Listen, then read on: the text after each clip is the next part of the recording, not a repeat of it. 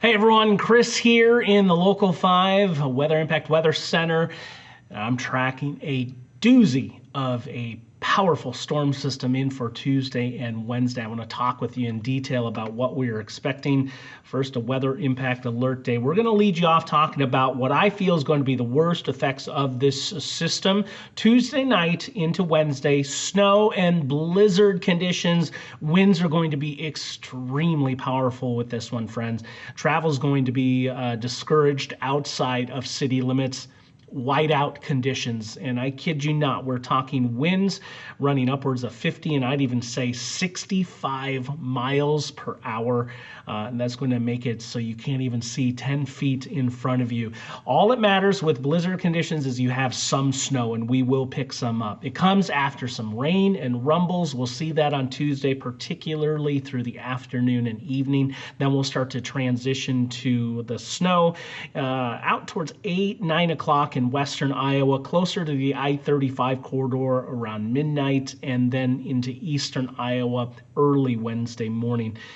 But as you'd expect, typically when we're talking strong wind scenarios, open rural areas are going to be the worst of the impacts. So the time of this recording, we are looking at a winter storm watch in blue and blizzard conditions expected in this same area. Already upgraded to the blizzard warning over southwestern Iowa. We'll likely see some updates as we continue on with time.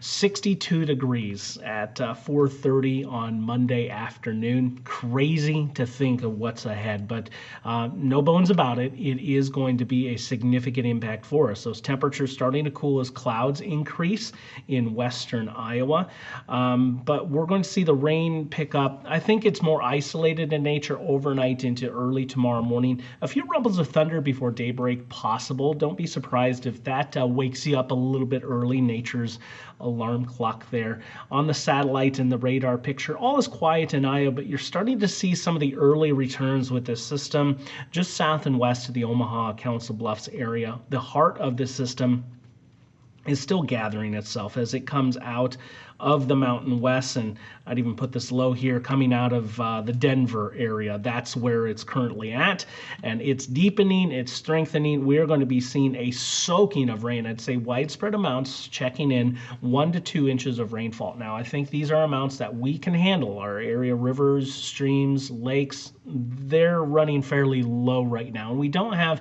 any ice in our waterways or significant ice at this juncture after a mild stretch of days. The last week has been very warm.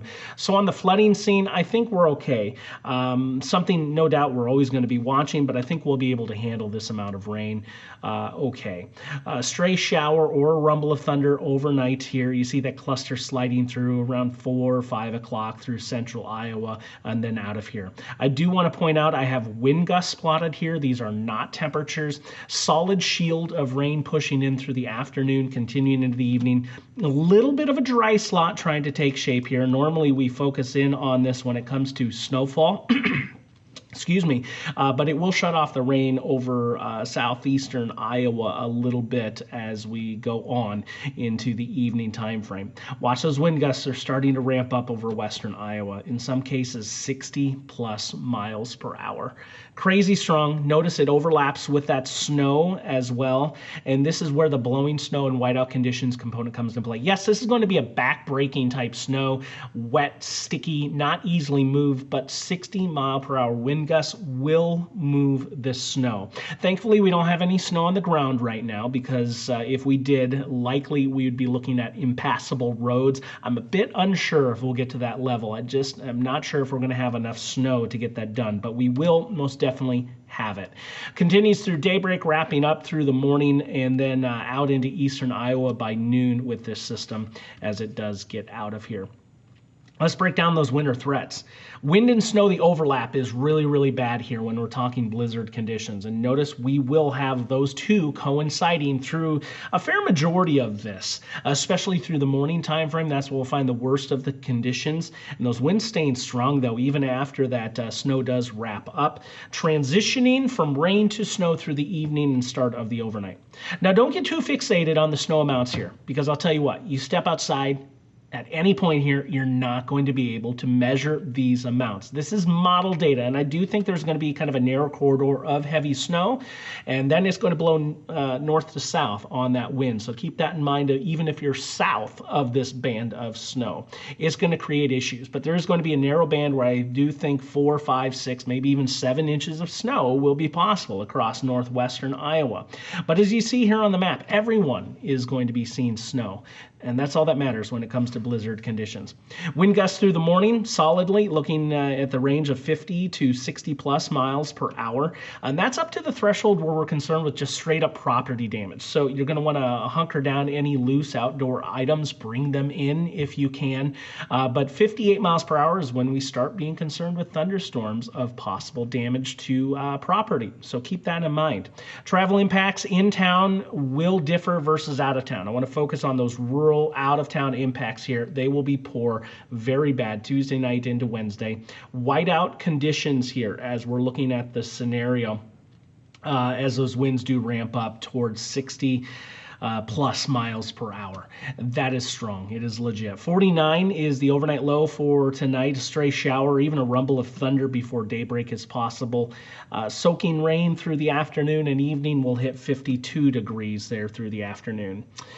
Temperatures will be stunted. We'll be down on Wednesday, of course, the wind and the cold and the snow. But even after Thursday and Friday, I think with a couple of inches of snow on the ground, it will impact the temperatures a little bit. And we couldn't even focus on Friday. I do think there's more snow and mix and possible accumulations there as well, a time frame we're going to have to watch very closely. Eventually, we will be able to melt the snow, and next week, a huge surge in temperatures. Talk about your weather whiplash. A big jump upwards is expected. We may even be able to get into the 70s there as we get into Tuesday. Don't forget daylight saving time starts Saturday night going into Sunday. My goodness, I'll tell you, I think the conditions are worst along I-35 and points westward to the east. The wind won't quite hit that top end level, and the snow amounts will be trending a little bit lesser. That said, you're still going to have impacts, okay? So even if you weren't in that winter storm watch, you'll likely be seeing a product upgrade as we go through time. So be prepared for those changing conditions. If anything from my time in Minnesota taught me, you start getting up to 60 mile per hour wind gusts. It doesn't matter if that snow is sticky or dry. It will blow. Expect things to be bad. And don't focus on those amounts. All that matters is we'll have a few inches of snow to play with, and whiteout conditions will be legit outside of city limits. Take care of yourself and keep tabs on that forecast right here on We Are Iowa Plus.